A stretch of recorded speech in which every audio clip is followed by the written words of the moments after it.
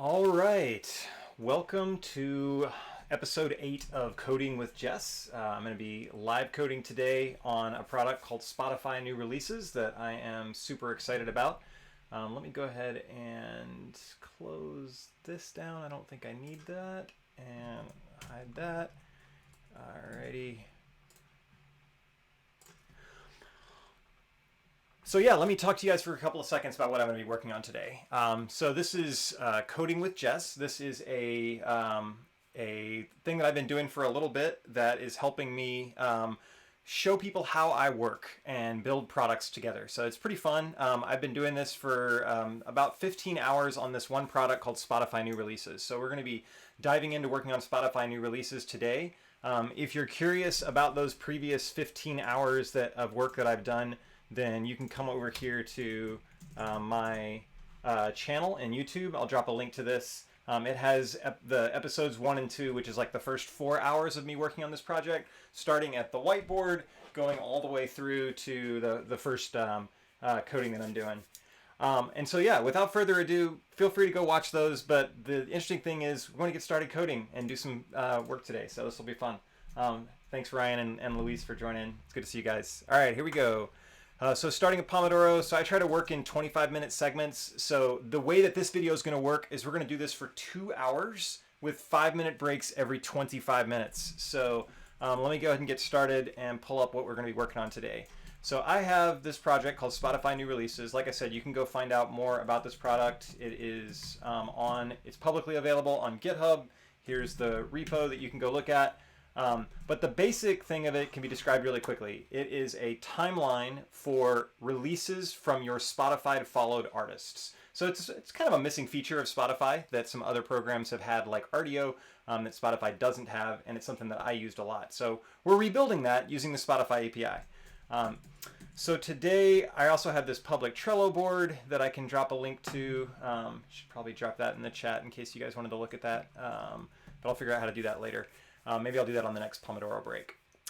So what we're going to do is we need to figure out what we're doing today. So this is very similar to the way that I start my day as a developer normally. A lot of times I don't actually know what I'm going to work on for the day. So I kind of like jump into my Trello board and look around and see what the next things are that I want to be getting done. So let's see. I know I started on this particular one and actually merged a PR around it, but the idea of this task is I want to take all of the albums that I'm getting from Spotify and then group them by week of release, so you can really see it as a timeline, right? Otherwise, it's just a bunch of albums. So let me pull up my editor and kind of show you where we are today, and I think we'll continue working on this until we're like really, really close to basically having an MVP done. And this is one of the core features. So let's go ahead and jump in. So I've got my editor over here on the left. For those of you who are JavaScript people, I'm sorry, but this product has a Ruby backend and a HTML and JavaScript front end. Ryan asks, I've heard that the Spotify API is a pain to work with. Has this been your experience? Actually, no, Ryan. The Spotify API has been great. They released a version 2. Maybe in the last few months, 6 months or so, 9 months ago, and the documentation is great.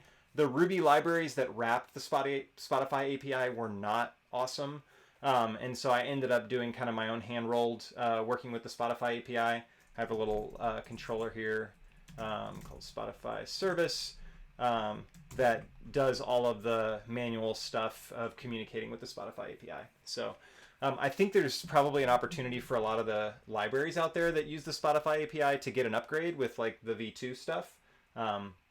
So I guess I should say, Ryan, that I have not yet put this in production and tried it out under load. So it's been great to develop with. I'm not so sure how great it'll be once we actually get this thing up and running and we actually have people hitting the site and stuff like that. All right. Yeah, let's see. So where are we? So over here on my right, what I like to do is I usually run the server in one tab. I open up another tab and hopefully this runs. Let's see. I may need to do a bundle install. Oh, I'm not in the directory. Yeah, that'll help. There we go. Make sure everything's installed. It is. So let's run the server in one tab. I usually run console in the next tab.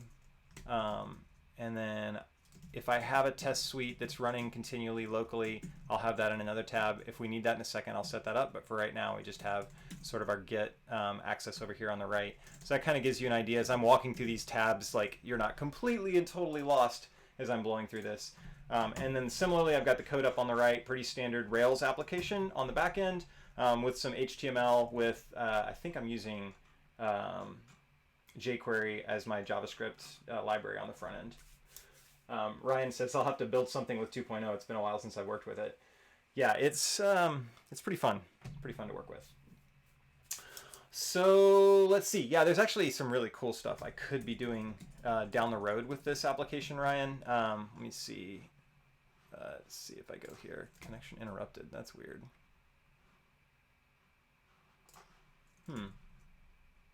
Are you going to be unhappy today, Trello? Let me try quitting Trello and restarting. Sometimes you have to reboot. Okay, and sometimes the app just doesn't work at all.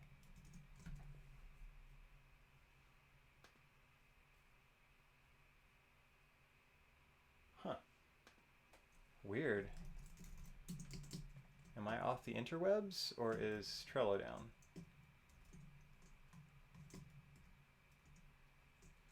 I wonder if my stream is taking up all my bandwidths. Let's see.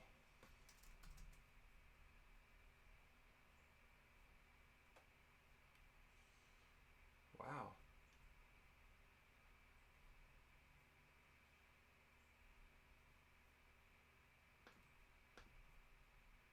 That's weird. Let me try it on another device real quick. Not exactly sure what's going on here. Apologies. Wasting precious, precious time here where I could be writing some code. But you kind of need the internet when you're working on the internet. All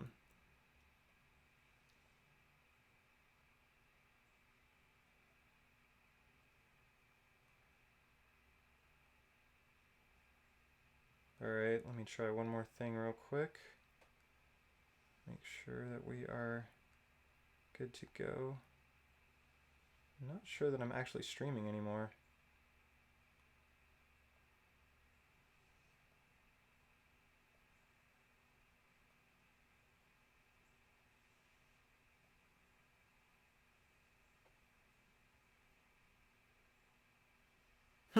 Okay, stream's working, but for some reason I'm not able to connect to the internet. This is really weird. Let's see. This is going to be difficult to work on if I'm not able to connect to the internet. Let's see if things hit working on GitHubs. Ooh, they are. They're working really slowly. So it could be that my upload is tanking all of my... Wow. What is going on here? Could be that my upload is tanking all my interwebs, which would be interesting. But yeah, it looks like things... Oh, there we go.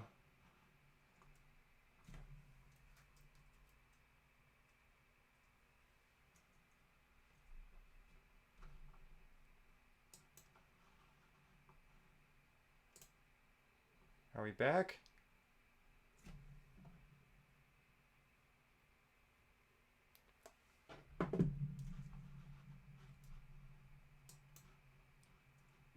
Well, I guess this is a rude introduction to live streaming. Oh no, why is the internet down? All right, so let me see. Do I go ahead and restart the stream? I'm not even sure what to do here.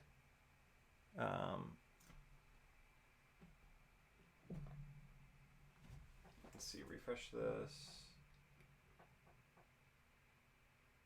Not receiving any video. Oh, here we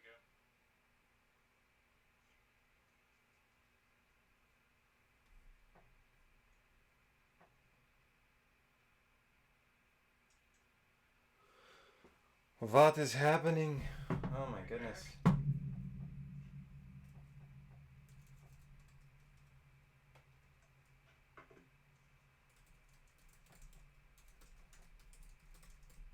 Well, I guess this is a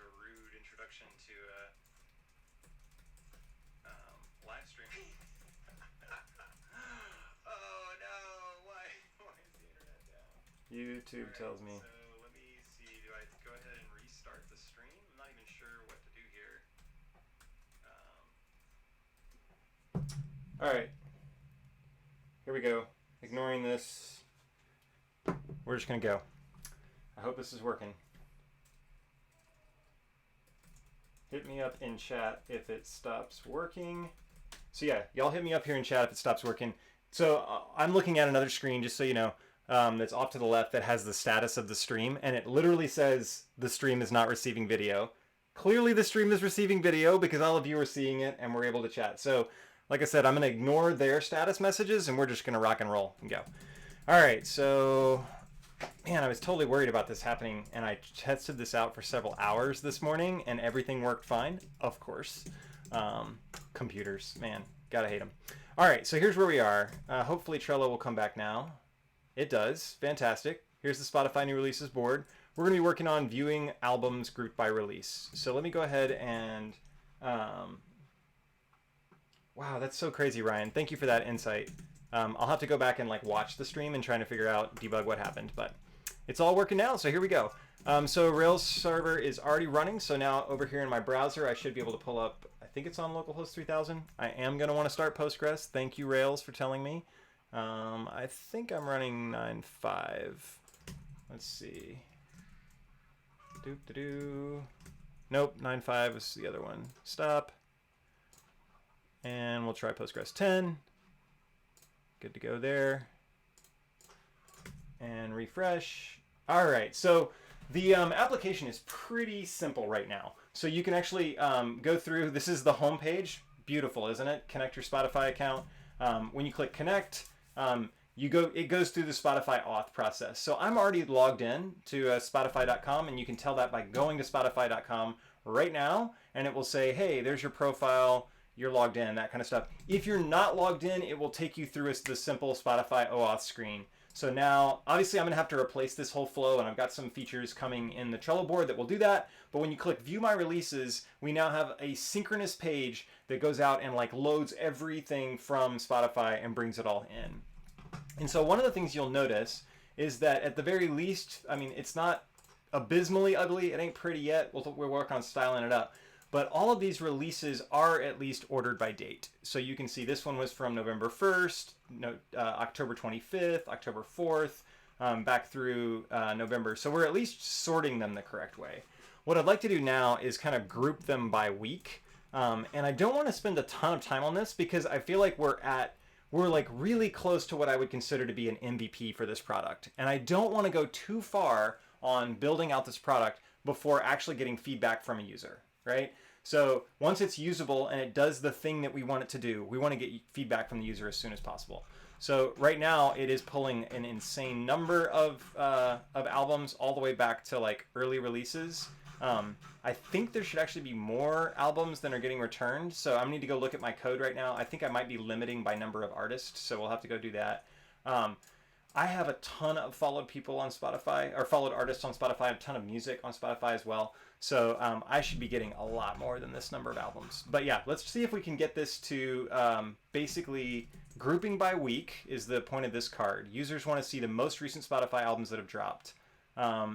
Week of release, Monday through Sunday, show the most recent weeks first. So we're at least sorting by date already, but we're not sorting by week.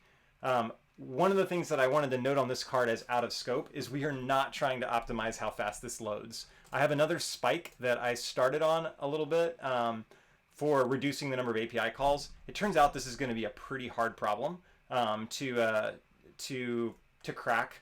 We're actually going to probably have to like prefetch a whole bunch of albums and artists.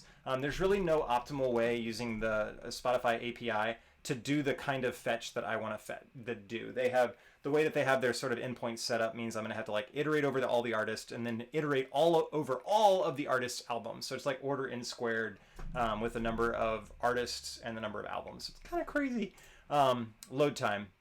But I want to ignore that for now because my hypothesis is that if people care enough about this, they'll wait 10 seconds or 15 seconds for it to load, and we can worry about reducing load time later. All right, so back to where we are. I've got this really simple UI. It's not responsive, right? Well, I guess it is responsive in the sense that it overflows. But like it, on a mobile device, it's going to show one at a time. It doesn't scale the text. It doesn't do anything fancy like that. It also doesn't do any pagination. It's showing all artists from all time, or all albums from all time. And it doesn't group them in any meaningful way. So basically what I want to do is like insert like week labels in between each one of these, and then I would consider this card to be done. We've got a couple of other cards coming up that will do other things around pagination. Like, let me see if pagination shows up in here. Yeah, I want the visiting page load, returning visit page loads, loading visit page loads, informative blank states. How long in the past should we display releases? Should this be an infinite scroll back? Yeah, so this is an open question of like, I think we should probably limit it to like the last year, just for the sake of, or maybe even the last 6 months, for the sake of like this launch. I'm just gonna make a note here.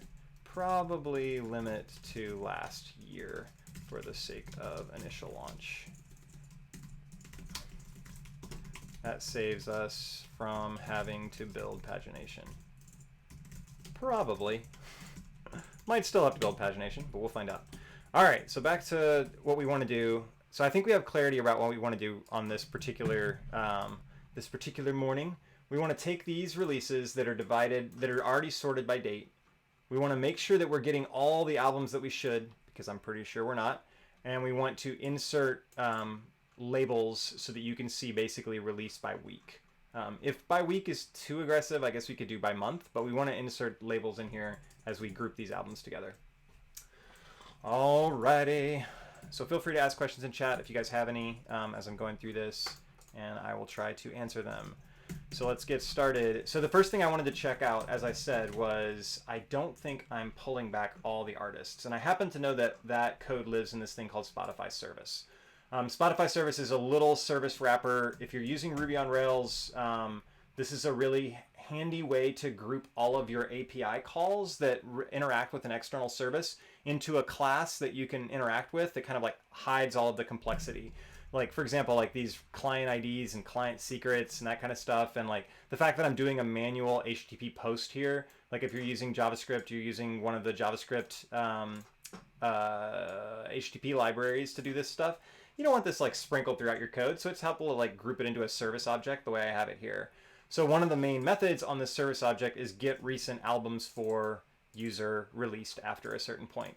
So this, if I'm actually using released after, this should be actually pretty easy to get to scope to the last year. But let's see how this logic works, because I'm pretty sure it's not working the right way, or it's not grabbing all of them. So followed. Okay, yeah. So I remember this code now. Sorry, that's why I'm snickering at myself. The followed artist, what this is doing right now is it's grabbing the first 50 followed artists. So right now, the way the Spotify API works is as you make a call to the following artists, it's going to return 50 at a time. And so we actually do have to implement pagination of a sort where we need to have this API endpoint iterate over all of my followed artists, and then iterate over all of those followed artists' albums. So again, this is enormously inefficient. It's going to be, it's going to really slow this page down. I think I did some calculations that it's going to take about 1.5 minutes. I actually have a previous recording video of me working on this spike. I should probably link the video here, so if you wanted to go watch it, because this is a public Trello board, but spiking into how to reduce the page load time. And I think oh good, I posted some stuff here. So for an average user, with 150 followed artists and 5 artists per album, or 5 albums per artist, it's going to take 1.2 minutes to load the page. Like 1 minute, 15 seconds, basically, is how long it's going to take. That's pretty dang slow. So we're going to need to think more about, like, we'll need to revisit. Okay, so I need to stop thinking about that because I explicitly said that's out of scope for this card. Performance doesn't matter. Let's make it work. Then let's make it fast. Like that should be your mantra whenever you're working on code, is like, make it work, make it right, make it fast. So we're on the make it work stage. And so since we're on make it work right now, and not make it right or make it like pretty, this is gonna be pretty ugly working on Spotify service here. I'm gonna just do some brute force loops over this request. until we get all the followed artists what we want. Now, first off, but let me make sure if I have any tests around this that we can maybe write some tests that guarantee that it works. Okay, so here's my tests. Let me make sure they still run. I don't have continuous integration set up. Ideally, I would. Dang it. So the one spec for this method is failing. And this is the reason you should have continuous integration set up that warns you when, hey, code on your master branch is failing. Because as you'll notice from here, I am currently sitting on my master branch and the tests are failing. That should be like A1 red alert on your team if you have code, if you have tests failing on the master branch. And ideally, you would prevent merges into your branch when you're when the master branch is failing CI. And as you'll notice in my Trello, I actually have set up CI as something we need to do later. I haven't set it up yet. So maybe I'll do that later today. I've got 4 Pomodoros that I'm going to work on today. We're still in Pomodoro 1. We'll see how far we can get. So I think since we're on Make It Right, and just for the sake of like getting into this, let me look at this test failure one more time and see if this is something that I think we can quickly get working, and we can do this a TDD style. If not, we're just going to kind of like brute force this and make it work. Because sometimes you just want it to work. All right, let's see. Failure error is expected the date greater than 2 weeks ago to be true. Where is that? That's this. Okay. So basically it's saying, oh, returns albums released within the timeline, the time frame. So one thing that I just talked about is we have this released after right here. If you'll notice, released after is not used in this method, right? We completely ignore it. So I'm passing it in as a parameter and not using it at all in this code. And so unsurprisingly, this test is failing. This test actually should be failing. So I'm actually not disappointed at all that it is. I'm going to go ahead and do that and X this out because that's not really the purpose of this, this card that we're working on right now, right? We want to actually get things grouped into release. And the first thing we need to do in order to get it grouped in release is return every single freaking album. I'm not going to write a test around this explicitly, I don't think. I'd like a single test that proves that I don't break things, though. Ugh. Man, I'm going to have to think about about this. You know what? For the sake of enjoying our last 2.5 minutes here, I'm just going to start making this work, and then we'll take a quick Pomodoro break. So annoyed at YouTube at like improperly reporting that the stream is not working. And then what the heck was up with my internet? That was crazy. All right, anyway. Oh, interesting. I kind of have the code here already. Oh, what happens if I comment this out? RSpec. Boom! Oh no, I just exited out. Dang. I had already implemented the fix to this. It's funny, I haven't looked at this code in probably 6 weeks. There it is. Nice. Okay. Yeah, uncomment out the last 4 lines and the test will work. Sweet. Okay, so okay, good. This makes me really happy because we now have a working test that as I'm adding features to this to actually iterate over all of the API requests, we can actually ensure that we don't break the tests that are already there. So I'm going to go ahead and run guard, which is basically something that will run the tests every time I save. So as I save the file, it'll run the test again and show me that the tests on this file in particular are still running successfully. So this is a great way to make sure you don't break stuff as you're building new stuff.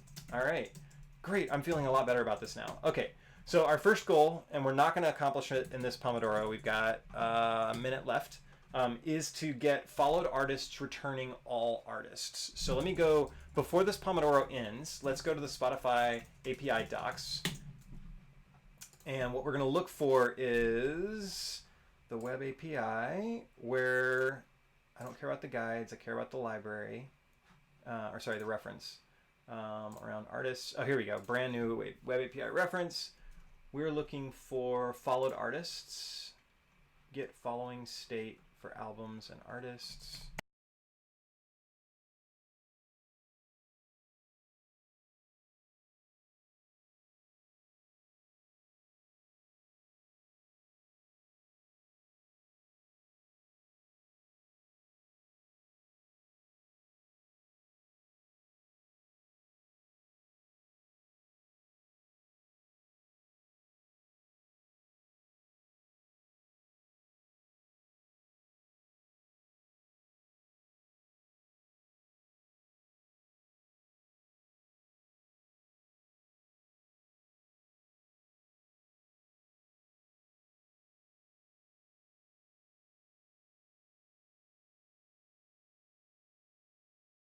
off, and we'll pick up working on this. But my guess is where we're going to start.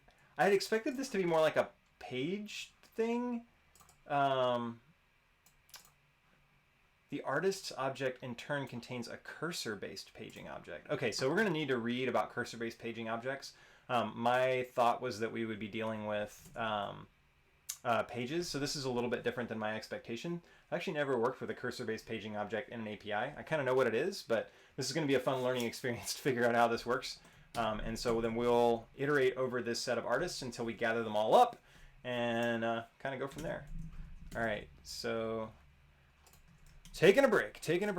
While we're taking a break, I did mention that I would drop a few things in chat. So for those of you who are interested in the Trello board, here, drop a link to that first, if you'd like to view that. Here's the Trello board.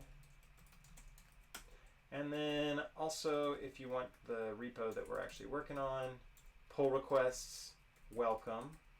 You can drop into Spotify new releases here. And in one of my sessions coming up very soon, I'm going to be adding one of the sessions very soon. I'm going to be pushing this live so that we actually have a staging version on Heroku that we can start working with. Was thinking about doing that maybe tomorrow, but we'll see. Yeah, it says YouTube now says your stream health is good. Thanks, YouTube.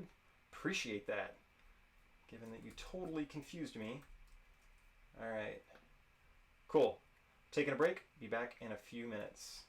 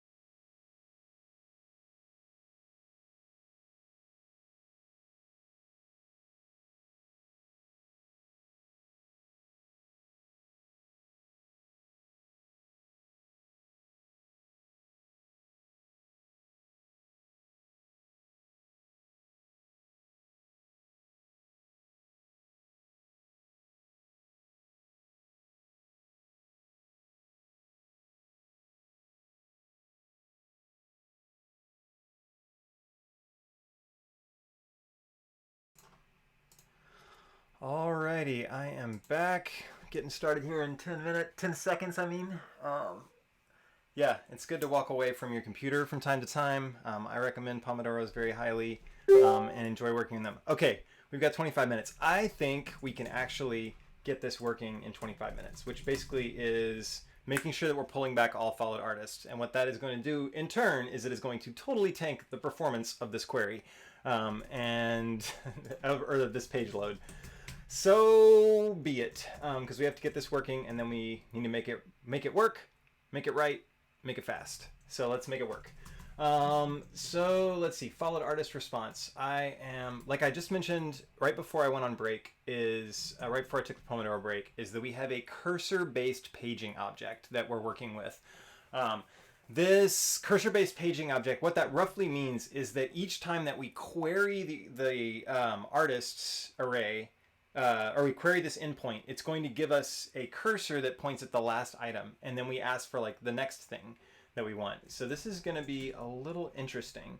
So with I actually have an example of the followed artist response stored in my test directory here.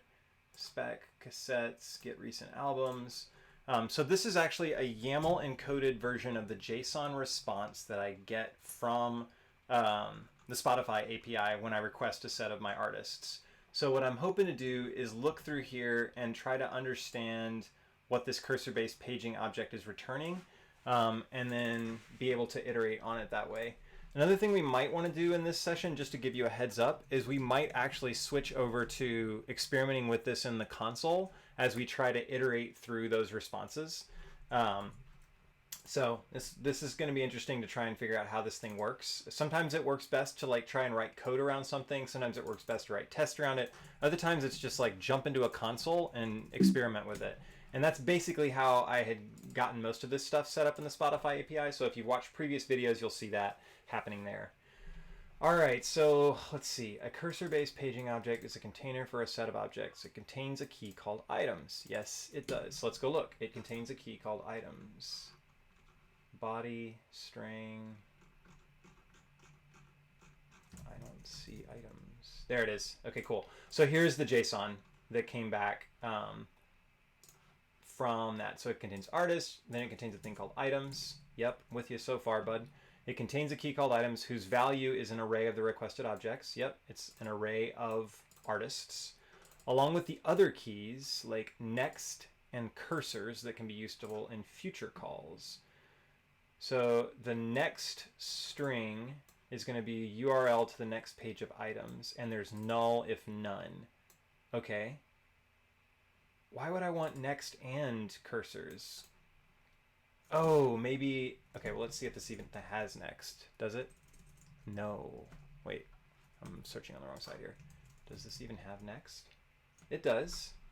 Oh, it gives me a total count of 320, so that's helpful to know. I didn't know how many followed artists I had until just now.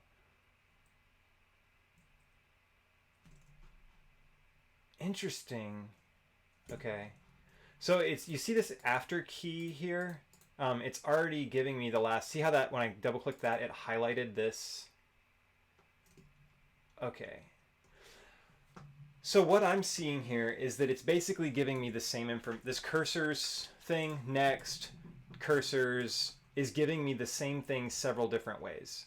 So next is giving me a URL version of the API endpoint that I'm going to want to request, right? And so it actually has this after, which we had looked at just a second ago. I'll go back up to that in a second. That has the artist URI for the last artist returned. So you can see Eddie Higgins, last artist returned. There's his artist URI. And this says, give me the artists after this one, 20 at a time. And then this guy, the cursors after, has the same thing, the artist's URI, or the artist's URI there, and you can see that it's the same one. So I think you just have two different ways of asking the same question. I'm also noticing that the limit, I've set the limit here for 20. I should definitely be setting the limit here for 50, given the fact that I'm going to be iterating over this a whole bunch of times. So we're going to want to probably tweak this query. So I'm going to make a note here to myself, increase the limit to 50. Come back to that. And then what I think we're going to do is we're actually going to use the cursors after to fetch the next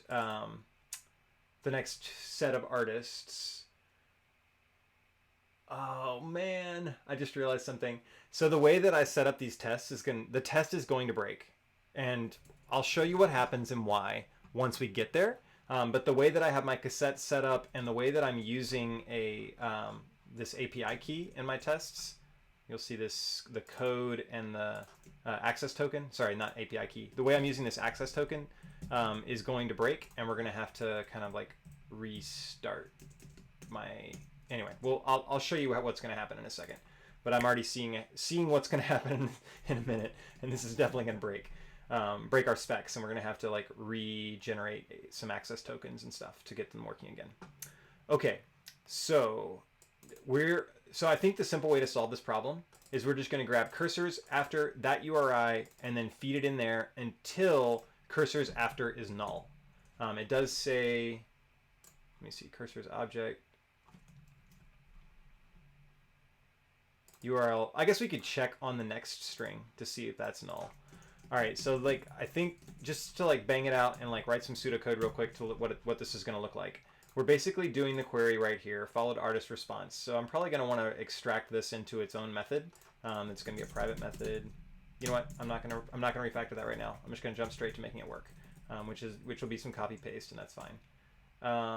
So followed artist response. We're going to want to iterate over that. Do I want to do it before?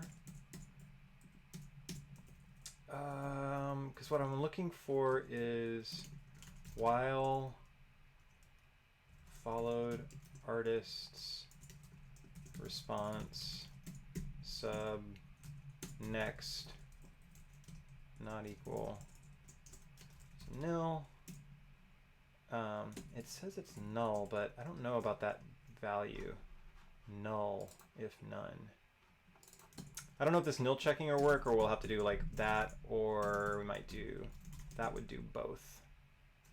And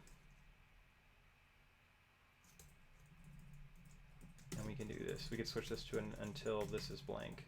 Until this is blank, let's do this again. And whoops. We're gonna grab those and paste them in there. So now, again, this is ugly, I know.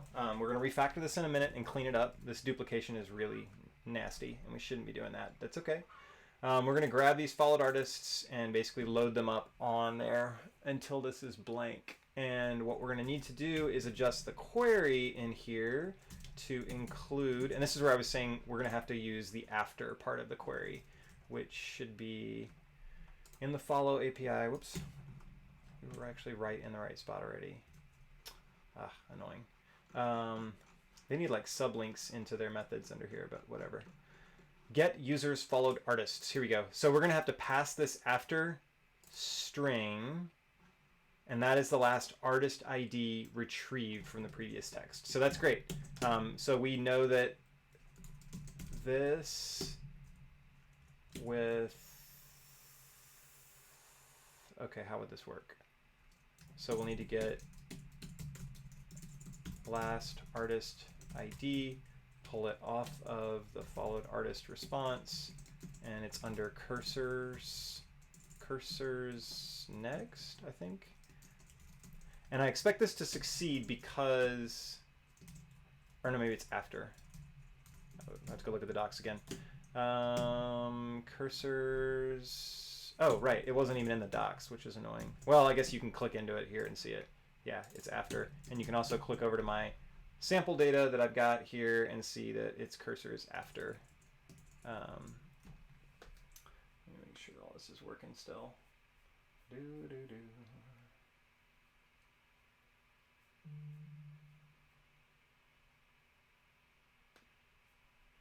Cool. Had that nervous moment of like, is the stream still running? Oh my goodness.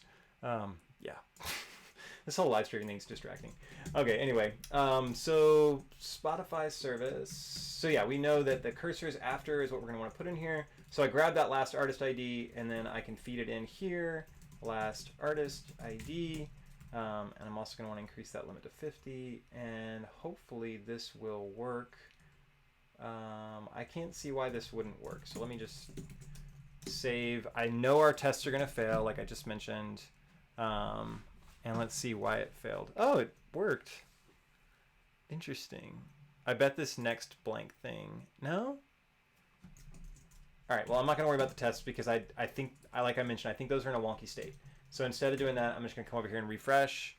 And this refresh should take... Oh, right, because we're limiting by the last 2 weeks now. So... Oh, wow, and even this code isn't written correctly now that I'm looking at it. Released after. Date today. After.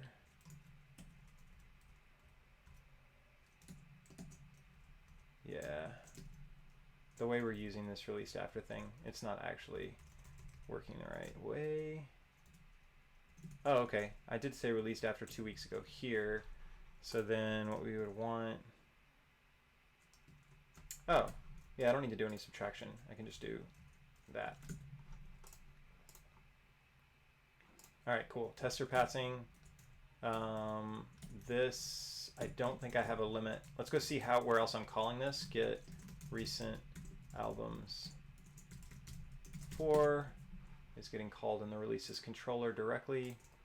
Ooh, probably gonna want to clean that up too. Released after 18 months ago. Let's go 6 months ago so that this doesn't trash. Okay, so now we expect a lot more recent releases that we hadn't seen before. All right, so that doesn't seem like that worked. Ooh, you guys want to see some bundle pry action? Let's see. Ah, not pry. Pry dot. Trying to remember what the name of this. Pry Ruby.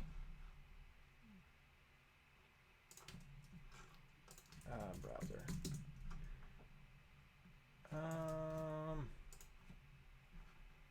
I want to stop the code right there and get into an interactive console in the browser. I think that would be a pretty nice way to not have to set things up. Runtime invocation. Pry dot. Oh, binding.pry. I think that's it. Not bundle.pry. Binding.pry. All right, refresh.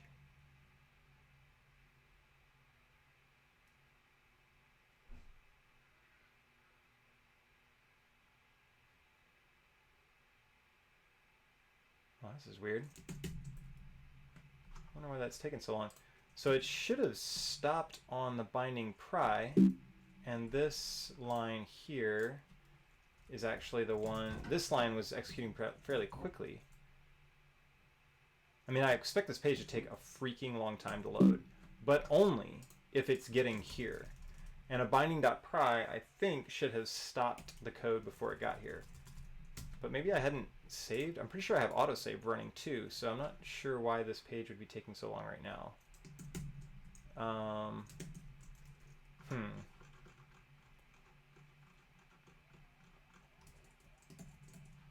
me look at my gem file real quick. Well, I'm gonna let that page run until the only thing it's possible we're in some kind of endless loop there, but I don't think so.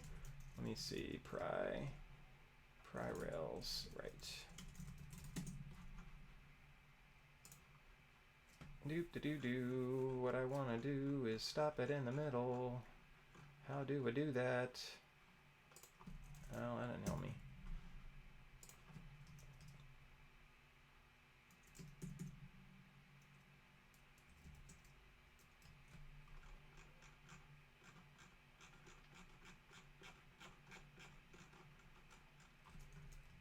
I might have to kill this. Not exactly sure what's going on here. Oh, I guess I can go over to my output over here. Oh, that's right. It's right here. Durr. So we're now in the middle of the code that's executing. The reason that page is like sitting there spinning forever is it's waiting for that response to come back. And so we now have a cursor, basically like an interactive console that is stopped right in the middle of that code execution. And so what we can do that's really freaking cool is I can go followed artist's response, sub next. Is that a thing? Ah, it's not. That's weird. Maybe we didn't get the nesting correctly. Or correct? I bet that's it. Let's go look at our YAML to see how it's formatted. There's next, and it is nested under artists. That's what it is. Artists. I think that nested under there. Oops. Dang it. Put that back where I want it.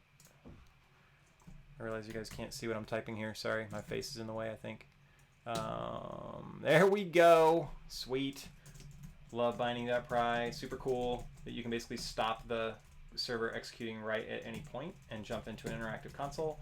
So now, just add that here. Artists.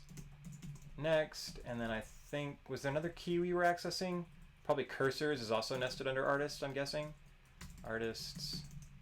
Cursors after, and refresh this. And now we should be getting a lot more albums, but they are limited. Oh man, Boyto, so good to see you in chat there.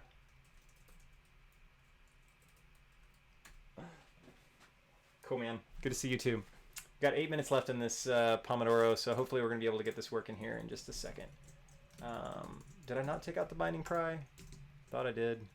Started get releases. So again, we know that this particular, this is going to take a long time. So over 320 artists, like I mentioned, I've done some computations around performance here. So let's go see how long this is going to take. If you have 500 followed artists and 7 albums per artist, it's going to take 5.5 minutes. So yeah. I have 320 followed artists, so we're looking at approximately 3 minutes to load this page right now. Yes, that is horrendous. So like I mentioned, we're not trying to improve the performance of the page for the sake of this particular release, but we may have to in order to just finish this card. We're not going to be able to group things into release if we can't iterate on the UI. So yeah, I'm gonna go ahead and let it load because I'm like kind of curious to see. Oh, it's not even gonna return all the albums because I do have this select at the end, right? That I'm doing in Ruby. But again, this selects over. This limits the albums we return to the front end, but it does not limit the number of API calls. So we're like iterating over all these API calls, fetching like 100 years worth of album releases across 320 artists. And then at the end, we're taking those in memory and limiting to the ones that were returned in like the last 6 months. So yeah, that in-memory limit that we pass to the front end doesn't really help us on performance, since the reason this method is crazy slow is the way that we're using the Spotify API in a really, really suboptimal way. Sigh. Okay, so again, let's see, what can we do to finish this card that we're working on right now? I want to view my albums group by week of release. The purpose of this was done. We're doing it in memory. Again, there's no way around this using the Spotify API. I can't say give me albums released in the last X. That's not at least I'm pretty sure it's not. Maybe they've added it. Let's go look really fast just to make sure, because that would be amazing if they did. So we're going to go to an artists, get artists albums is what we're looking at. Oh, sorry, I need the new web API reference. Get artists. Get an artist albums. No, they don't help you with this. So they let you include different groups. They let you limit by market. They let you do a limit and offset if you need to paginate over the album's artists, but they do not let you limit artists by, or limit the albums that you return by date. So the way that we're doing this is about optimal.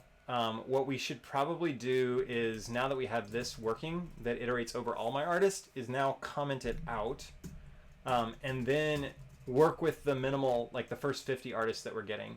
Oh, actually we're only getting 20, so we could make this a little bit, give us a little bit more data by bumping this limit to 50. So let's go look at doing that real quick. Get followed get a users followed artists. And the limit is what we want to change. So limit 50. Again, our tests are in this like really weird, broke, crazy state right now. And that's just the way it is. Whoa. Continue. Resume. Exit.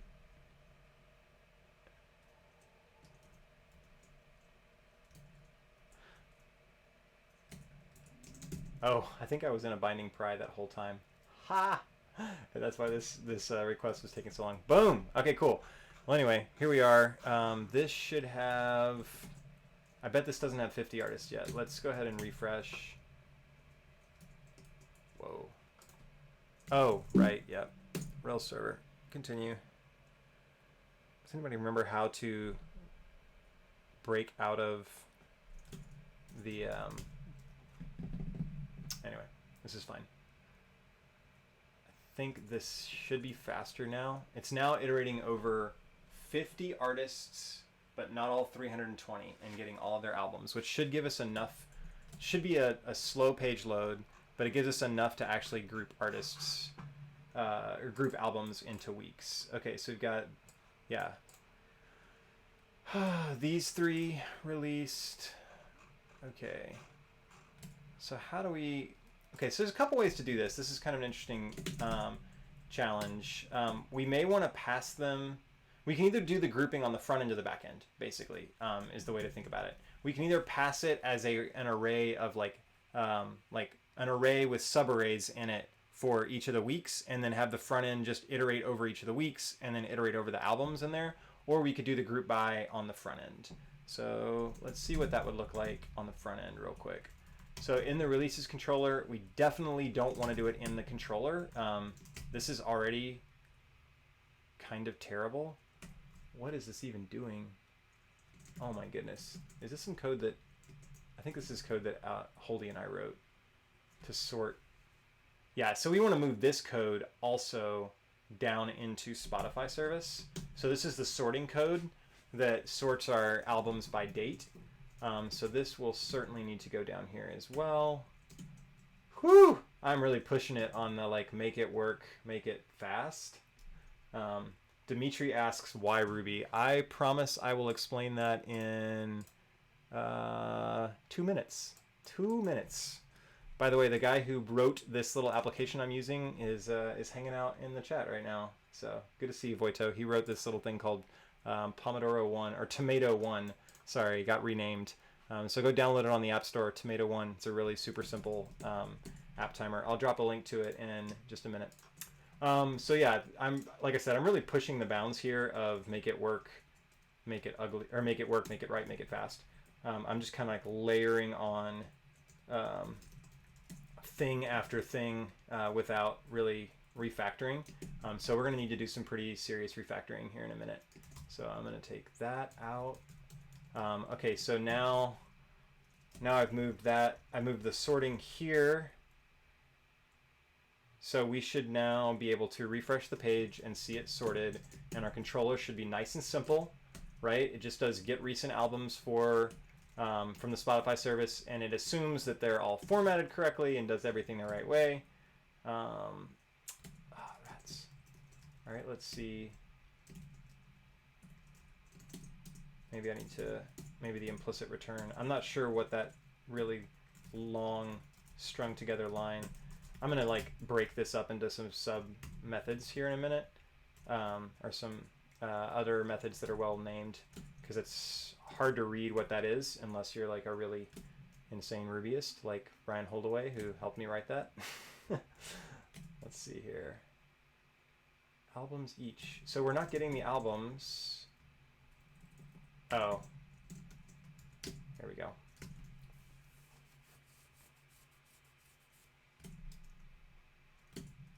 Refresh again, and hopefully this will load pretty quickly. Oh, it's Pomodoro break time. And our sorting also did not work. So I managed to break sorting. We do have a ton of releases that we can play with. All right, so I will taking a break for a second from...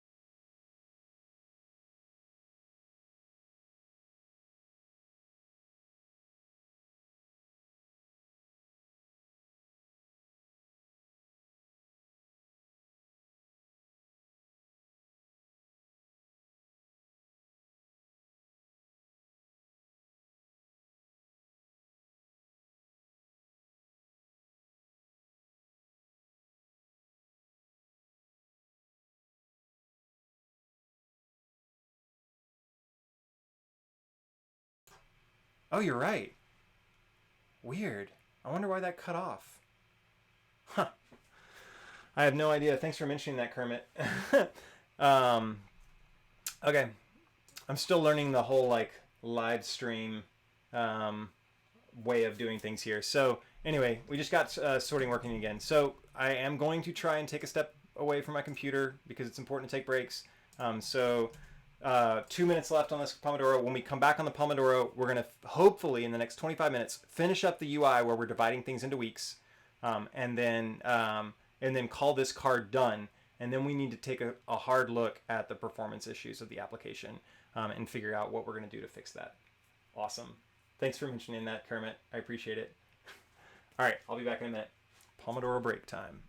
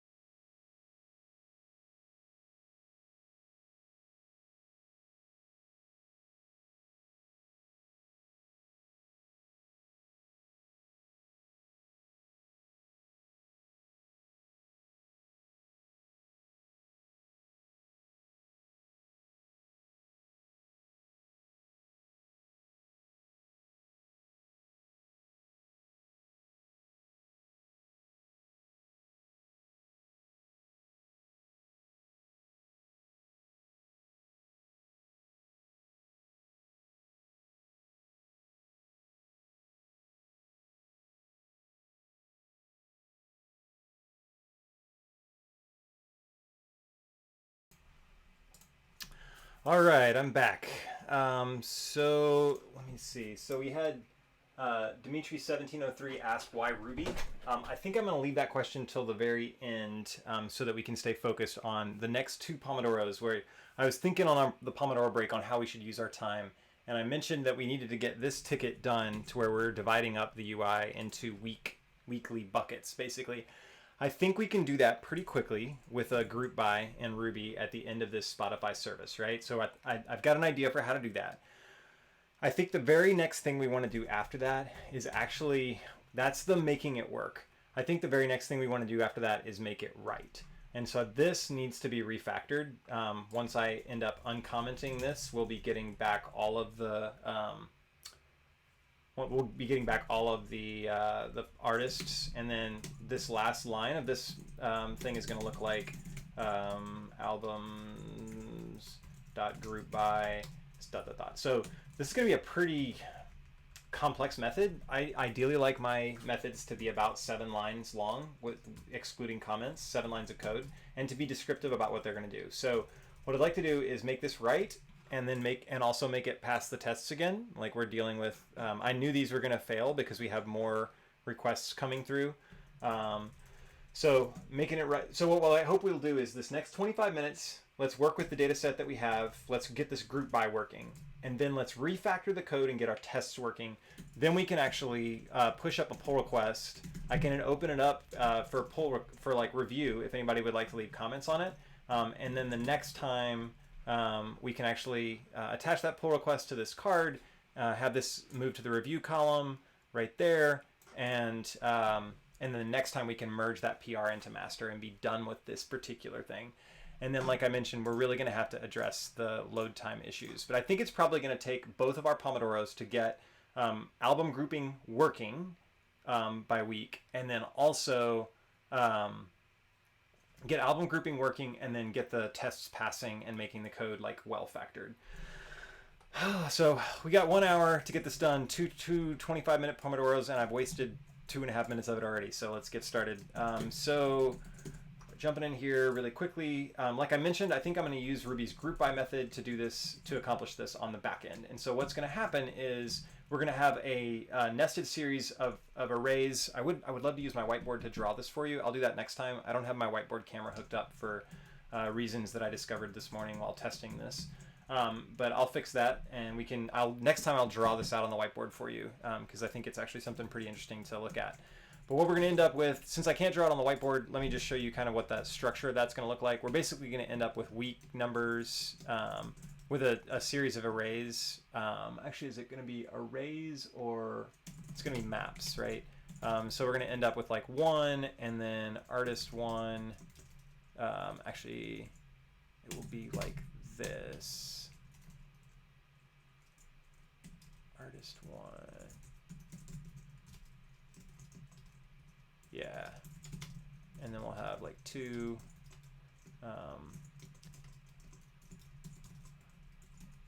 artist 3, artist 4. Yeah, so we're going to get this basically a hash that contains keys that are going to be ordered. The keys are going to be weeks, and then each of the weeks is going to be an array that points to a series of releases that happen during that week. So this is kind of what we're going for. We're going to accomplish that using Ruby's group by. So that's how we're going to get this to work. Then when we pass it to the front end, which is actually the releases index HTML method here. Whoops, that's not right. Index, not artist. This is going to be album. So these are going to be albums that are nested inside each one of these guys, inside each one of these weeks arrays. So this is what we're going for. When we get on the front end, we'll then iterate over the weeks first, and for each week we'll insert basically a week label at the top with saying something like probably the date of the release. I'm not exactly sure. We can go look at our mock-up from RDO as well. Spotify. New releases. Let me remind myself what that looks like. Docs. Here we go. That wasn't it. Oh, right. So the way that they did it in RDO back in the day is they just grouped things by this week, and then you could use a drop down to scroll back to previous weeks. That was not run. Yeah, and then you could, I remember when you could toggle between this week, last week, 2 weeks ago. What I would like is a scrolling page that has basically everything divided by this week. So maybe we'll say like this week, last week. I don't know, we could do that like this week, last week, 2 weeks ago. I'm not sure how to best specify a week, but we'll leave that until we get it on the page and just see how it looks. I really want to do a design overhaul of this app with like pairing with some of my designer friends. And so that's probably coming as a later episode where I'll actually do a pretty nice overhaul, give this thing a pretty UI. Okay, so let's start with the group by. So if you're not familiar with Ruby's group by, super handy method for breaking up data and storing it in that format that I mentioned before. API doc, are you going to load for me today? API doc can be pretty slow. I think we can maybe just work here. Group by, yeah, here we go. Okay, bump that up in size for you a little bit. So group by allows us to iterate over that. And so what are we iterating over? So with this set of albums, we have them sorted by release date. Actually, maybe we don't want to use group by because we want to iterate over weeks. Okay, so one thing we want to avoid doing is searching. This is interesting. So we could bucket them by week. That's probably what we want to do. Instead of using group by, we probably want to sort them into a set of buckets by week. All right, so let's just poke at this for a second and see what might come out. Let's see. So all albums. Let's build an array of week start dates. Actually, now I kind of want to see what I want in the UI first. Inspect. Whoa, do not want to inspect it in iPhone X style. Let me turn that off. Group by week of the year. Yeah, that's what I was thinking, Alex. Maybe that's right. Maybe I should just do like week 1, week 2, week 3, like through week 52 or whatever of the year. It's gonna be like really ugly labels though. That's the only problem here. So like, so for example, if I add a element here, come on, hide element, add attribute. There we go. No, it's an attribute. I don't want an attribute. I want an element. Edit as HTML. There we go. Edit this as HTML. Sweet. Let's see. So we'll throw in an H2 here that's like week 2019, week 30, something like that. And then I could do another one that's like 2019, week 29. And then another one that's like 2019, week 28. So again, those are not very friendly dates, but I could clean them up later if we can just break it out. So this will be, ooh, I definitely want those. Thanks, Alex. I'm glad you're enjoying it. All right, so yeah, I'm definitely gonna want this to break on at the end of these. I think this is the way that it's a way that I'm using Flexbox. The way that I'm using Flexbox, it's causing it not to break. So what we're looking for is, yeah, I think that's a smart idea, Alex. Let's just do weeks of the year. So we can start, if I build out a weeks array, okay. Yeah, it's going to end up being kind of like sorting cards, right? So we're going to iterate over all albums. All albums.each do. Give me the album. And then we'll take the album's release date. Man, I've got to like write a better... Accessing all these as stringified keys is just weird. Like, that's just not what I'm used to looking at. But so then we got this release date here. I'm not sure if those release dates are already parsed. Yeah, looks like I'm gonna have to do a date parse on those. Okay, so we'll go ahead and do that. So that gives me the release date for this album. And then what I'll want to do is find out the year. So let's go play with that in the console real quick. So let me get date 2 weeks ago. If a release date is 2 weeks ago, then we've got this little date object. Can I get like week of the year from the date object? Week number? Week num, week. All right, Ruby date API. Boom, boom, boom, boom, boom, week. The week date is a date identified by calendar weeks. And yeah, that's not helping me. What was C week? That was weird.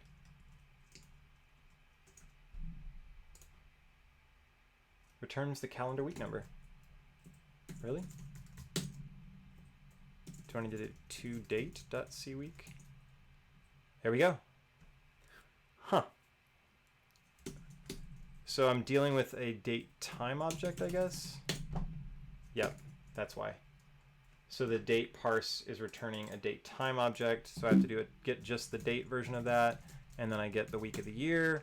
And okay, so I can actually sort this into year.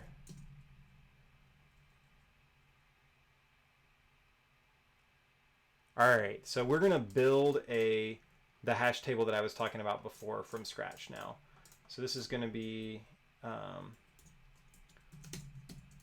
grouped albums equals that.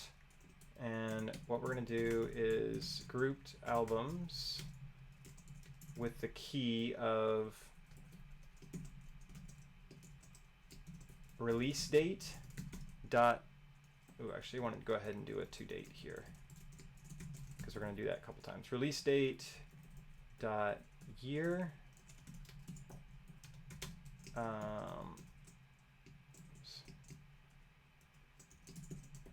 Release date dot cWeek. So that's going to give me 2019 dash week number. So I could even do that.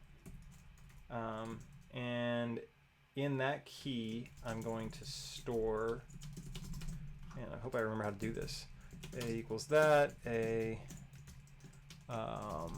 drop. So A is an empty array. Let me store something in there in a key. Oh, I think, I'm gonna have to make it an array. That's what it is. Okay. All right, so let's pull this out. This is going to be week number string equals this. And replace this, change to there, week number string. And I have to start by making that an array if it's not already one. So unless grouped albums week number string. So this is going to be totally console driven development here for a second. So a sub key is nil right now. So I can basically say this is now an array. So now I go back and I've got an array, and then I can shovel stuff onto it. Album. Great. And then I can shovel album 2. Woohoo! Okay, this will work. So basically, I'm going to I have to initialize it as an array the first time, and then I can now shovel the album on there, and that should give us our all albums grouped. I think that should do it. That will give this, they're not going to be sorted. I wonder if I can just do So this sort is now unnecessary because what we want to actually now sort is the weeks. Actually, this sort will help us be inserting them into the right week in the right order. Actually, with that sort, that might leave this all albums already sorted the right way. Okay, so let's just play with that for a second. And holy smokes. Okay, I think we're close to having this ready to go. Okay, we've got 9 minutes. All right, so good. This will be, I'm going to call this albums grouped by week. All right, so we're going to start out, whoops, not that, I want that. Actually, you know what? Forget it. Save typing. Albums dot each do week number, and we'll make this an H2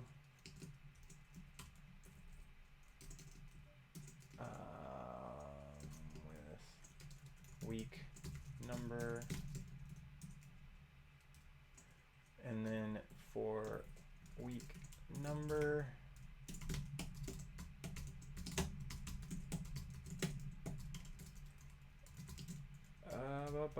I think this might work. Maybe. Refresh. Oh, code followed artist equals followed artist response artist items. Wait, that's a different. That would not have been a failure I would have expected. Could be that we've gotten timed out of our connection here. Yep, that's what that was. Okay, cool. Alrighty, come on, baby. Let's see if this works. So I hope I still have this commented out. I do. So this load should take like 40 seconds or so. Ah, dang. Okay, this is what you get for not TDD driving your tests here. Invalid date. Oh, right. Okay, yeah, we had some cases where some of the albums did not have. So what I'm going to say is next if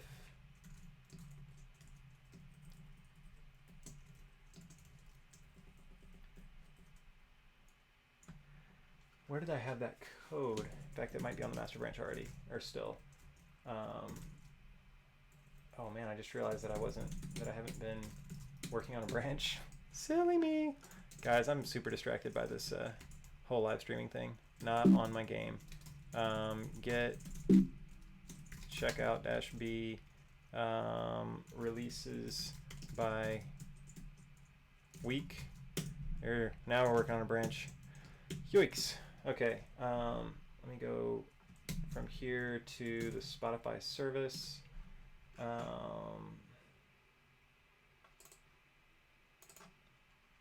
I swear we had a case where sometimes release dates were coming back as nil.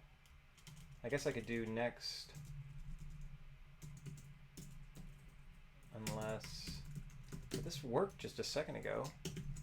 Like we didn't, what were we doing? Oh, right, here we go. It's some of the dates, some of the albums don't have a day on which they're released. That's what we weren't. Okay, I was just looking for the wrong thing. I was looking for the next, after, I was looking for something to be wrong with the release date field. This release date precision. So what happens basically is some albums don't have a specific day on which they're released. And so we're trying to parse that as, yeah, there we go. That should do it. Okay, refresh. Or that should get past that bug at least. I'm sure the funny thing is with y'all, somebody watching the live stream, I'm sure you're seeing like other bugs that I have in here that I'm not even aware of yet. Like this one. Album. Oh, right. Let's see. Week number do album.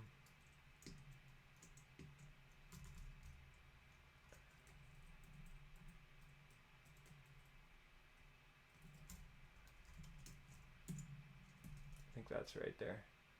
So the week number. if I iterate over, I think I'm dealing with this hash key the wrong way. This hash the wrong way. Thing.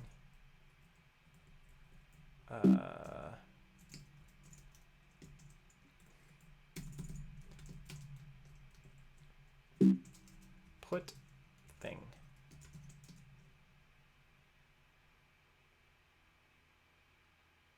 Yeah, so this needs to be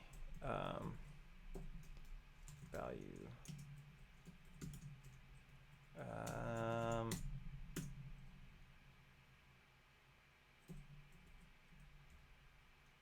I thought that gives me the key. Oh, weird. Hold on. What am I looking at here? I have an array. Whoa. What the heck? Each does not do what I expected.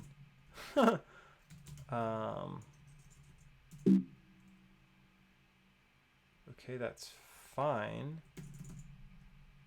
I just need to do like thing the first. All right, that I do not like that at all. But I'm gonna roll with it for now.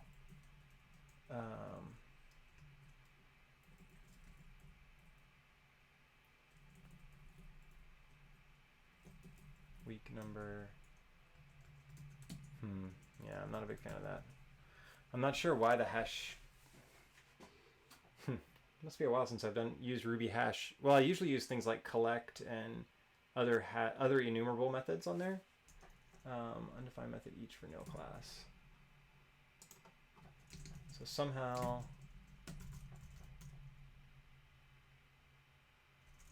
there's a week without any. All right, so we're gonna just hack in this to get it working right now.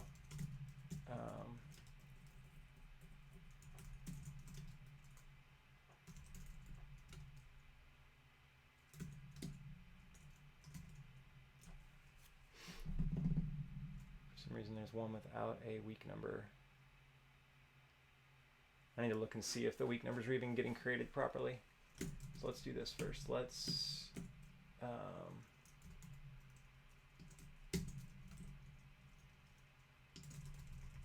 comment out all of this.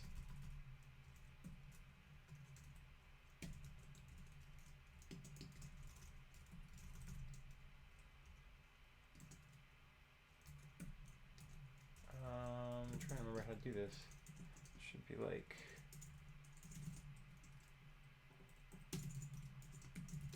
anybody remember how to comment things out in YAML? I think it's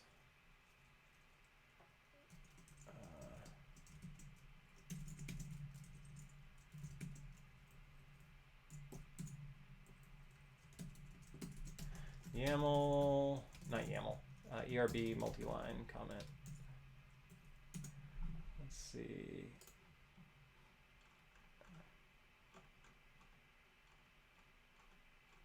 Whoa, that's not helpful. Ah, here we go. Normally I use HAML, which has a different syntax for multi-line comments. Oops. %, boom.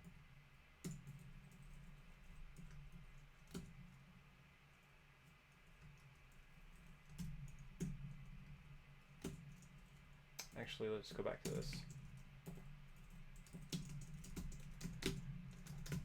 Okay, refresh. Probably need to go back to 20 until this is working to make this load faster. I'm gonna go ahead and do that. Make this fast. Limit 20. Bummer. Okay, the way that I've been. Okay, Pomodoro break. All right.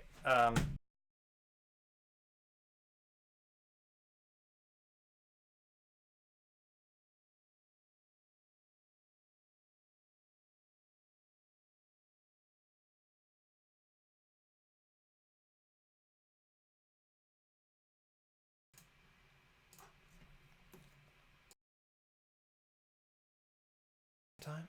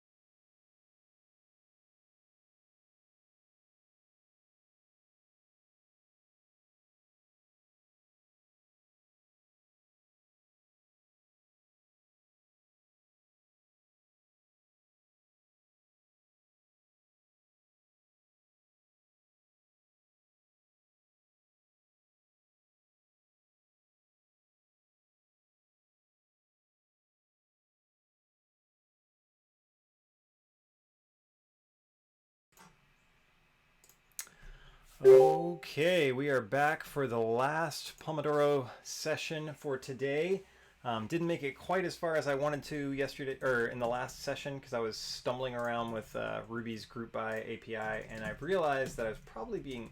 This is another reason why Pomodoros are so great. is I walked away from the computer, forced myself to take 5 minutes, and as I was walking around outside my office and thinking about what we worked on in the last 25 minutes, I realized I was probably being a little too cute in trying to group by in the back end and do this passing them up in the way that I was hoping to. Furthermore, when you do get recent albums for, like if you think about what this method should be returning, you don't think about it as returning them in groupings of weeks. In fact, that's sort of an implementation detail that's specific to the front end.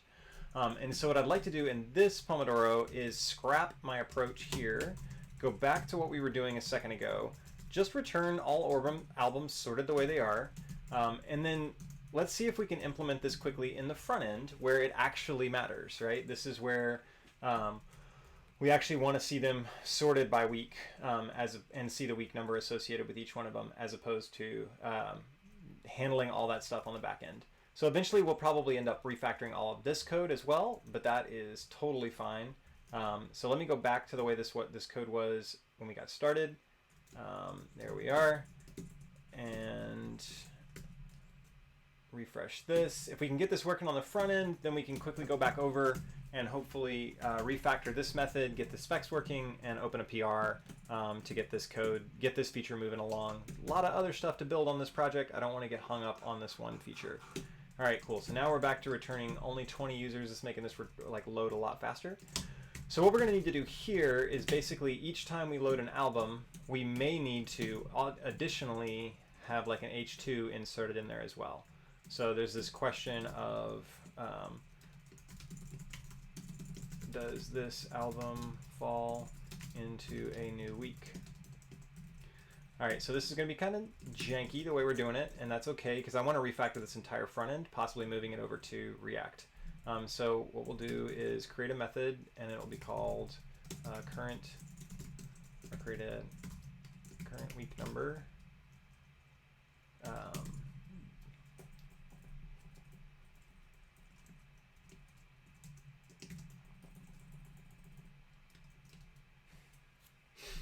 And we'll grab that from basically album sub release date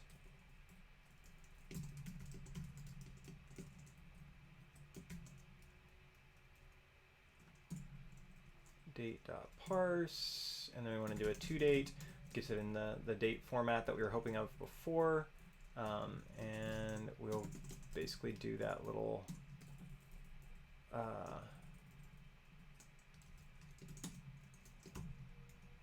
so yeah, nasty writing Ruby in your template, probably not the best way to handle this long term, but we just want to get this working for now, and then we'll refactor this front end as well. Album release date is that, and then turn this into a string that has album release date dot year.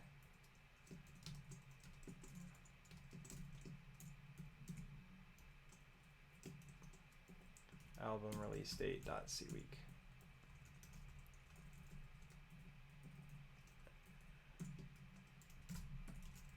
There's that. So that is the current week, year and week number.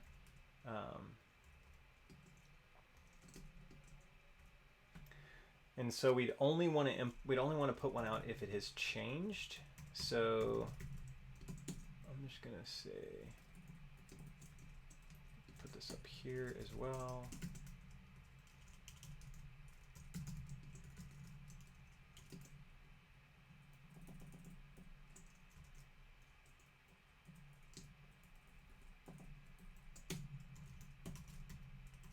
So it starts out as none, and then we iterate over the albums, and then we compute the album's release date, and if this current year and week number is different from, so basically I think we can do I want to do a comparison of that.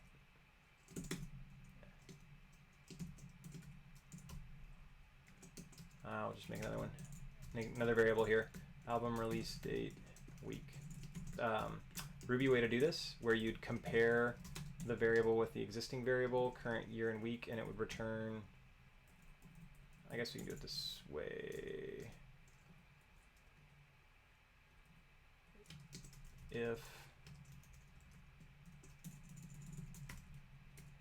there really is a much better way to do this, is not equal to release year week, but I think that works. So that basically updates the value of release current week and release if they're different, and so now we're gonna actually just put this out here, and we also know this is not going to work because our CSS is not factored in such a way because of the way we're using Flexbox. This is also going to be release year week.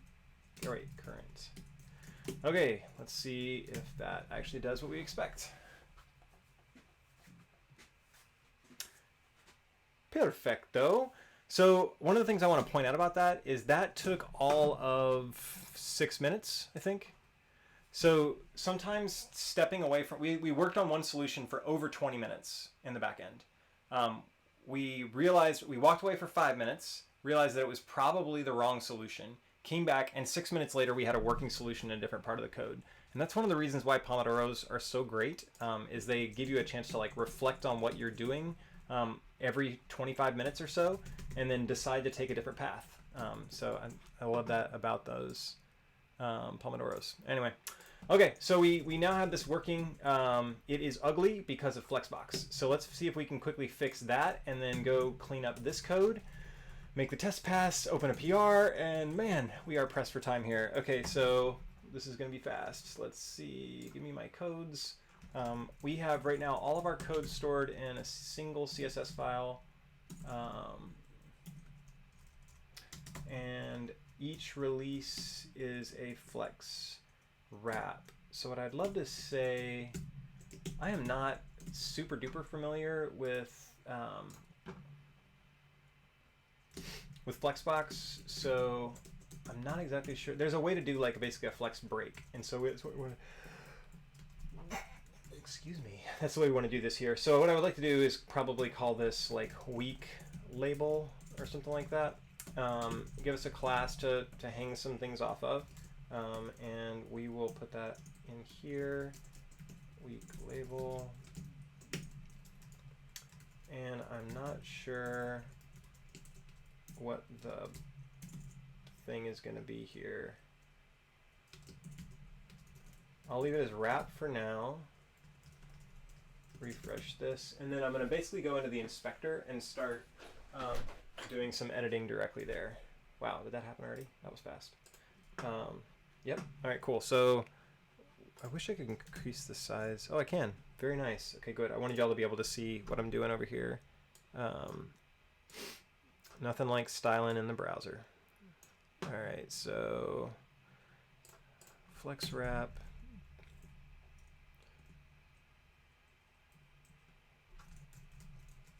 All right, let's do a real quick search here. Flexbox break wrap. Breaking to a new row. That's exactly what I want to do.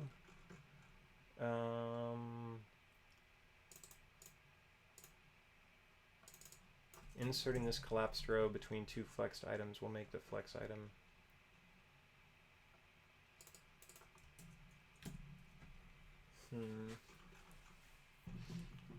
Inserting a line breaking flex item. That does not. This looks like something I would have done in old CSS land to make something work. I'm pretty sure that's not the right way to handle this, but let's give it a try.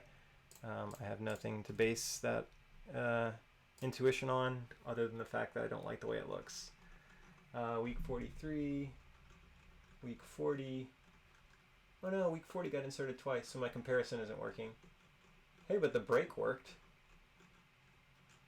Wow, that's weird. Okay, I would not, that doesn't look right. I may do some additional research on that later. If anybody has any thoughts on a better way to do flex, have something break a flex wrap like that, I would love to see it in the PR. So feel free to leave comments on that. And now we need to figure out the one other thing That's cool that that didn't take much time there. Let's figure out why our comparison is not working.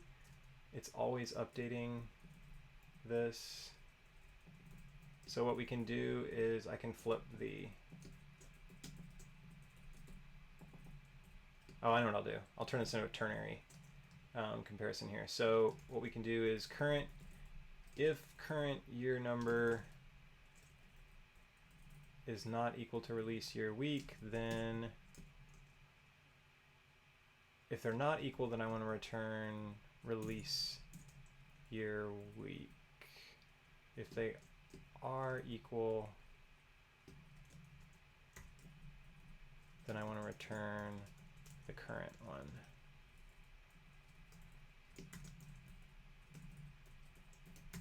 All right, let's see. Hopefully that gives us a single week 40 and not 2 week 40s. No, in the world. Oh, ha ha ha, because I am, okay, so what we need to do, two things here. Silly. So the way it was written before was probably right. So let's go back to that. And what we want to do is, if current year release is not equal to, then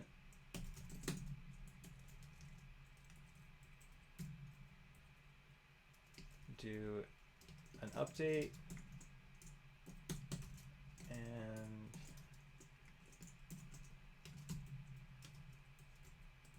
I think that's how this works. So if current year week number is not equal to release year week, then update the current week number to the news. Yeah, and then, so we were putting out an H2 every time, basically, regardless of whether it changed or not. Bam! Now it's working. Sweet. 2019 week 28. Again, I think these are terrible labels, but we'll figure out how to make them better. But we have accomplished the goal. Let us celebrate for a moment. We have grouped albums by week of release. We have also made it so that it's returning all albums ever, which is immediately triggering our terrible performance issues that we're going to have to deal with. So I can now go through and uncomment that. I can kill all of this, and let's get a test running around this as fast as we possibly can, and then I want to do some refactoring of this method. The first time, okay, so let's go see how our tests are looking. Let me save this and have them run. Unsurprisingly, VCR throws an error and says, hey, the way that you're accessing Spotify service, you're basically sending more HTTP requests than we expected in your test suite. So what I'm going to have to do here is run, is I'm going to delete this YAML file, and this will rerun with, so RM. What I'm basically going to do is trigger my specs to rerun against the real thing as opposed to running against my cassettes. So I could explain cassettes and VCR and all that kind of stuff later. We've got 10 minutes. I want to get this working. Cassettes, Spotify service, get recent albums for... All right. So when I delete that and rerun this test, it should actually hit the real thing. Now, I think this is going to fail. Yep, it does. Why does it fail? Because the this user access token is now expired. So let me delete that as well. Add this limit down here. We're gonna refactor all this code, but I do want those limits to be in here. So this is gonna fail because the bearer access token doesn't work. So what we're gonna need to do, and I'm trying to remember, did I document how this works? I bet I did not. Maybe I did. So it would be in the, I would put it in the docs folder if I did document how this works.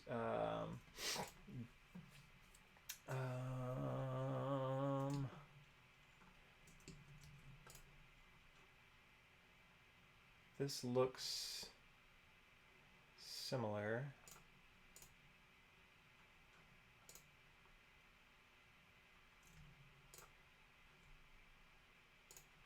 Open link. Invalid client URI. Right.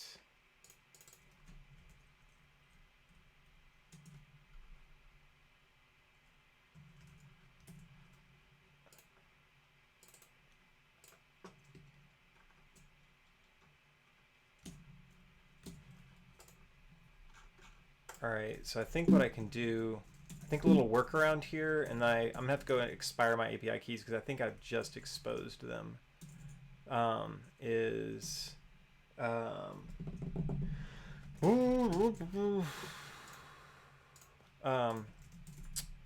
was I thinking? Oh yes, go to get the current API key of the current user. So user.last is that. I think I might be able to just grab this access token and drop it into the spec. And it might just work. All right, let's go back. It says it failed. Let's run it again.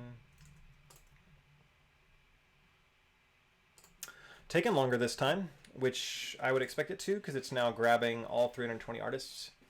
It failed, but I think not for the reason we were expecting. Yes, expected release date. Okay. Whew. Okay, so let's see. How am I doing release date cutoffs here? Released after. Oh yeah, this test will never work right.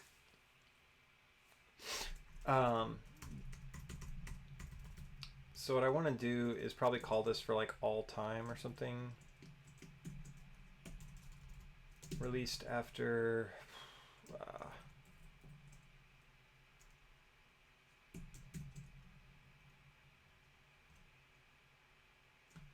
What happens if you do nil is less than a date? Like I'm wondering what happens if I pass in nil to this method. So nil is less than date.today. Dang it. Okay. So we're gonna need to have like a default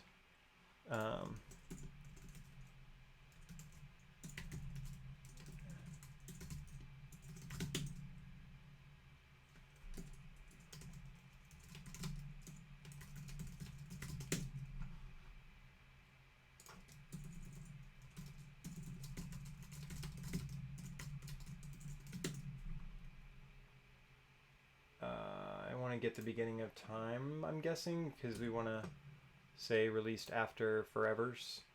I guess I could also, if there's no released after, then do we limit it all? No, we don't. So this would be if released after.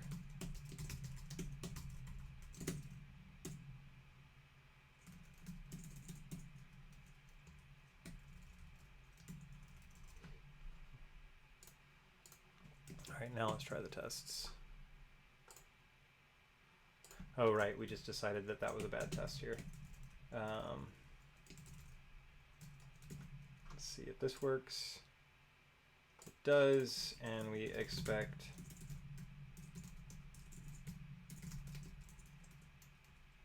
I really want to look at that first album in this list here and make sure that it has the things we expect in it.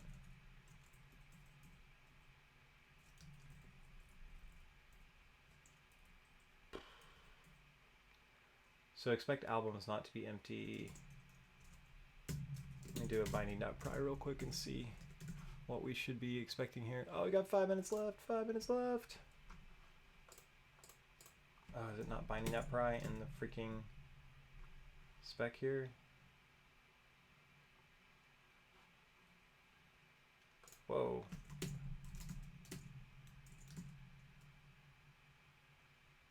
Okay, it's passing. It didn't like my binding.pry.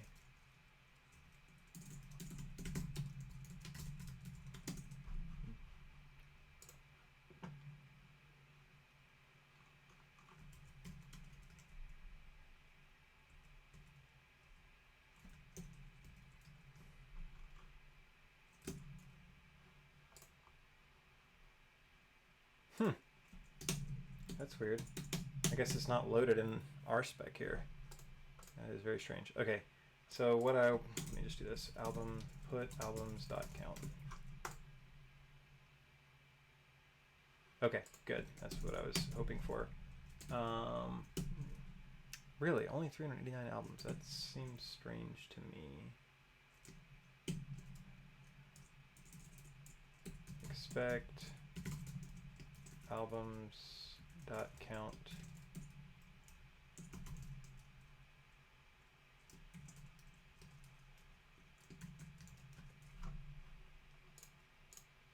All right, cool. This is a reasonable test. Let's go see if we can move some things around now.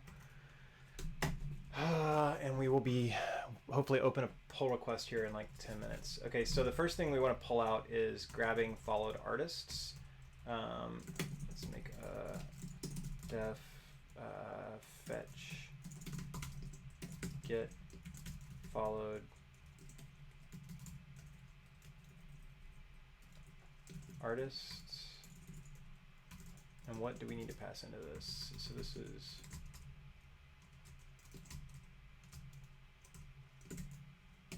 whoops.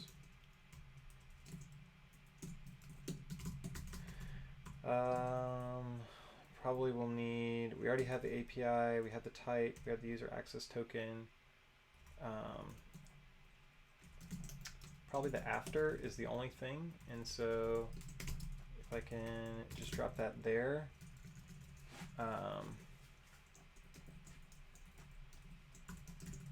Last artist ID.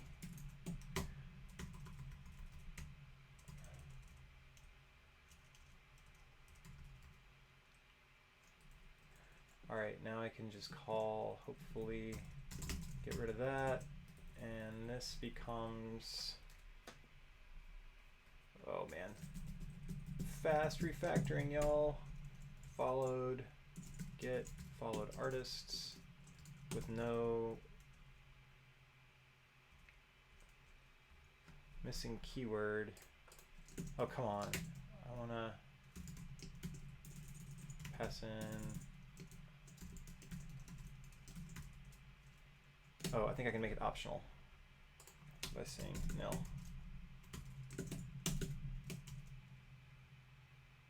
Boom. Fantastic. What's broken here? User access token.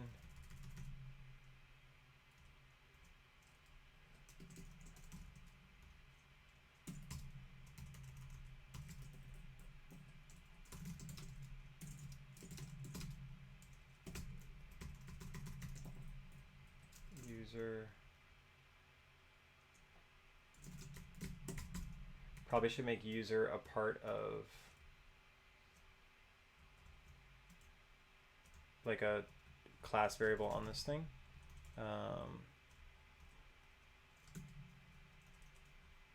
Wait, why is it failing? Oh, because it has that after key, I bet.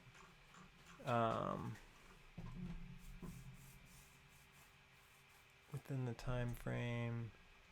Where's the after last artist ID?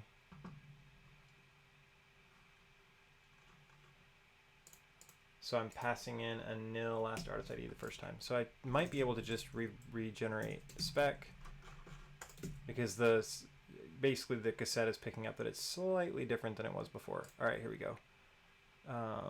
Undefined method. Blah. It's annoying.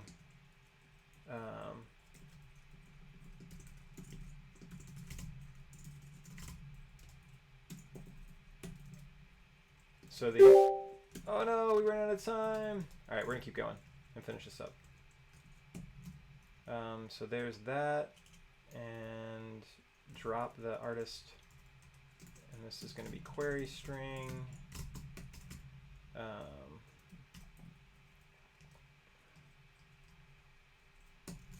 And we're gonna add query string sub last artist ID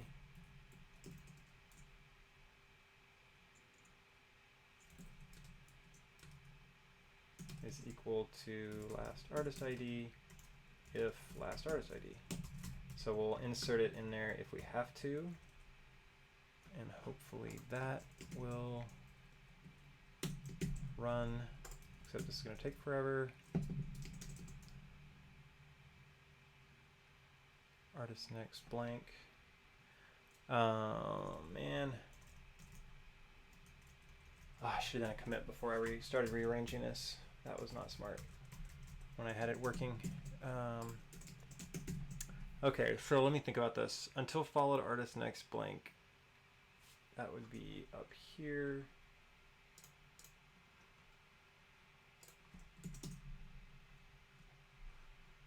Oh, right, because I have the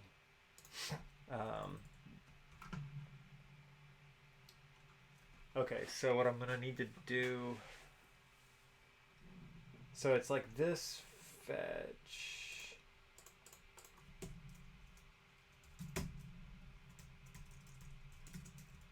Let me move this up.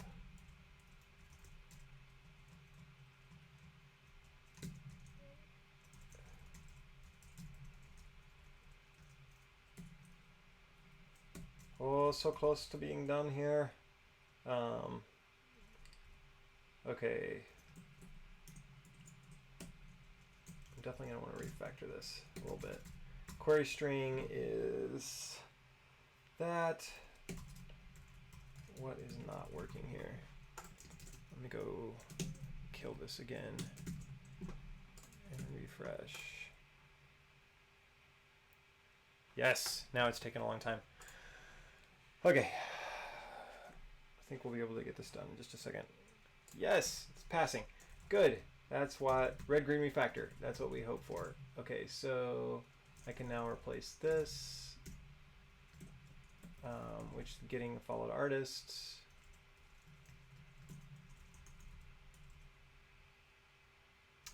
Oh, come on now. Oh, right, because I have to pass in last artist ID.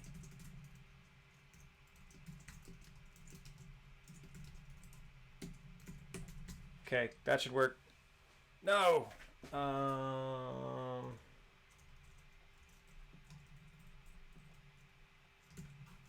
Let's see. Is it calling this query string?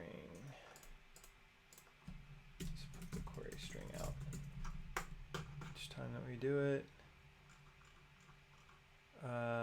Last artist ID, it's there.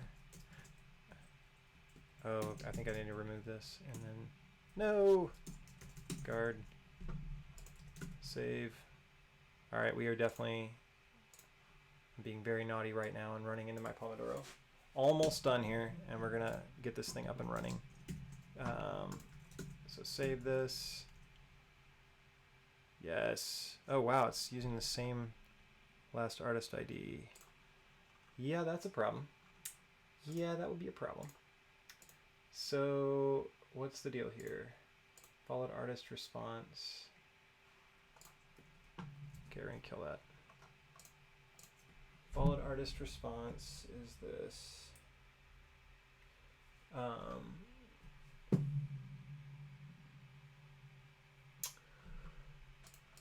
Okay.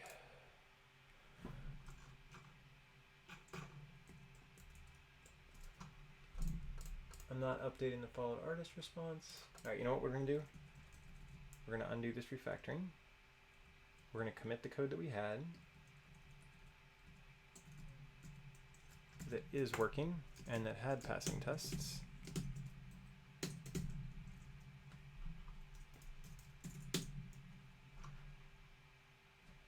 And then we're gonna stop. Because we have expired our Pomodoros. All right, it is passing now. So here we go. So we actually did quite a bit today. Pretty good work. Let me go ahead and commit this on the branch here. Yep, we made a change to our CSS that broke on those H2s. We simplified our controller, which is great. We've massively improved the get recent albums for, so that works. We did a little hackiness on the front end to get those weak labels inserted, and then this is a long change to the actual structure file. So let me go to the top here and insert some appropriate comments. Okay, couple things. Insert week labels in the Spotify timeline. It's probably good for now. Git push origin, release is by week. Let's go ahead and go to GitHub and refresh here, compare and pull request.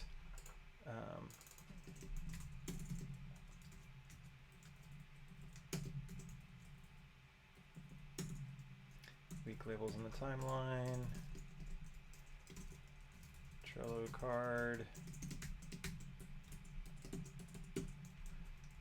Get that, drop that in there. Real quick to-do list so that we know where to pick up when we come back. Refactor the Git. What method was that?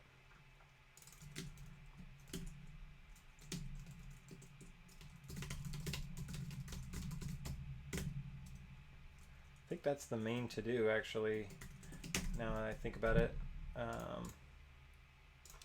So let's create a PR here, and then we'll go over to the Trellos. I do not have the GitHub power up. That's funny. Add, go back, GitHub Attach Pr.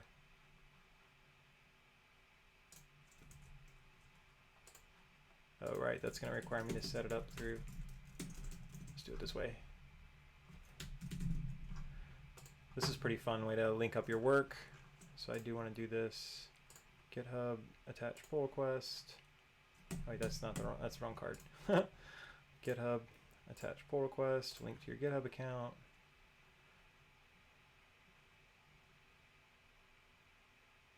Did it do it?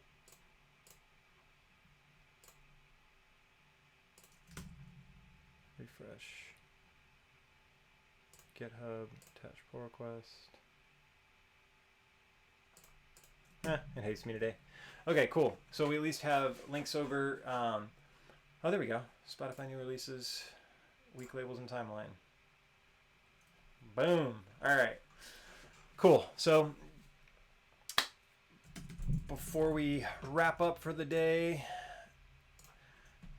okay, so thanks for joining for this live pairing session of Coding with Jess. Like I said, I've got a couple other videos that are coming that actually have me building the first about 15 hours of this Spotify new releases application.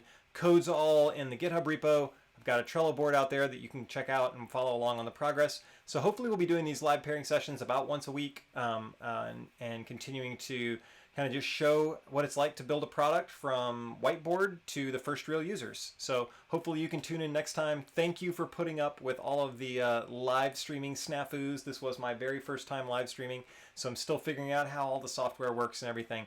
But it was super fun coding with you. Thanks for everyone who joined, and we'll see you next time.